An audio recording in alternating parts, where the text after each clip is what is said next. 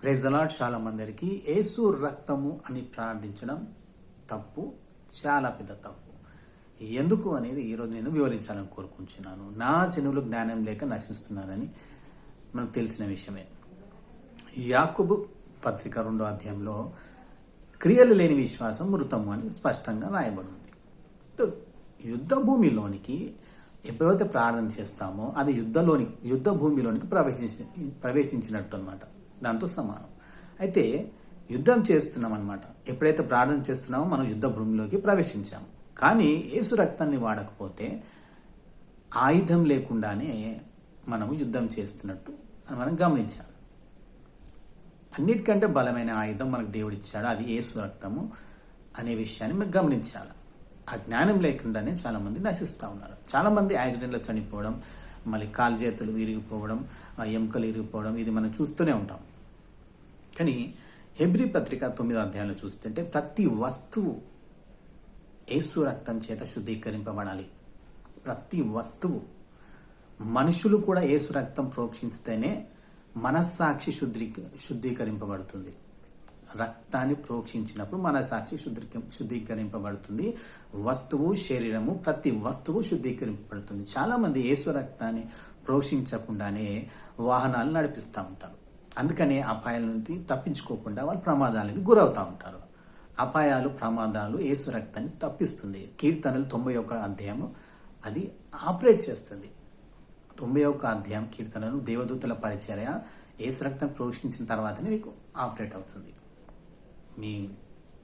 అయితే చాలా మంది గమనించేది విషయం ఏంటంటే యేసు రక్తం అని ప్రార్థిస్తారు.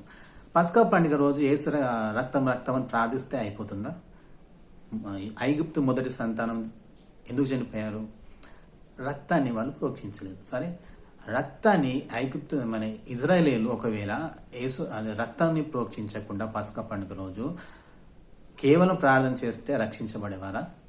అందరు వాళ్ళు కూడా చనిపోయేవారు. సో యేసు రక్తము అని ప్రార్థన చేయకూడదు, అప్లై చేయాలి. దాన్ని ప్రాక్టికల్గా అప్లై చేయాలి. మనం బలి అర్పించం, కానీ సాదృశ్యంగా మనం యేసు రక్తాన్ని వాడాలి, ఖచ్చితంగా వాడాలి. ఆ జ్ఞానం లేకుండా చాలా మంది అనేక విషయాల్లో ఓడిపోతూ ఉన్నారు. ఉదాహరణకి క్రియలేని విశ్వాసం మృతమని చెప్పినాను. చూడండి, ఒక వ్యక్తి సోప్ ఫ్యాక్టరీ, ఆ కర్మాగారంలో సబ్బులు తయారు చేసే కర్మాగారంలో పని చేస్తున్నాడంట. అయితే సబ్బులు తయారు చేస్తున్న కర్మాగారంలో పని చేస్తున్నప్పటికీ అతడు ఏం చేశాడంటే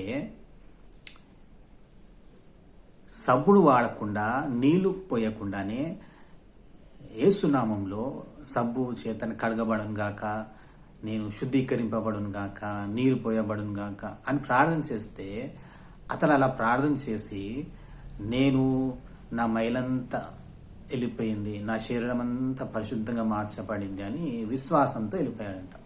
ఉదాహరణకు చెప్తా ఉన్నాను, ఒక దైవజనుడు చెప్పిన ఎగ్జాంపుల్ ఇది. అంటే సబ్బుని వాడకుండా, సబ్బుని రాయకుండానే,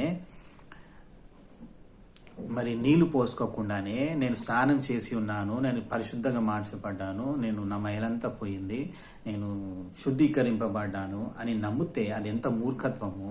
యేసు రక్తాన్ని వాడకుండా నువ్వు యేసు రక్తమును ప్రార్థన చేయడం, ప్రోక్షించడం అని ప్రార్థన చేయడం అనేది దానితో సమానమే.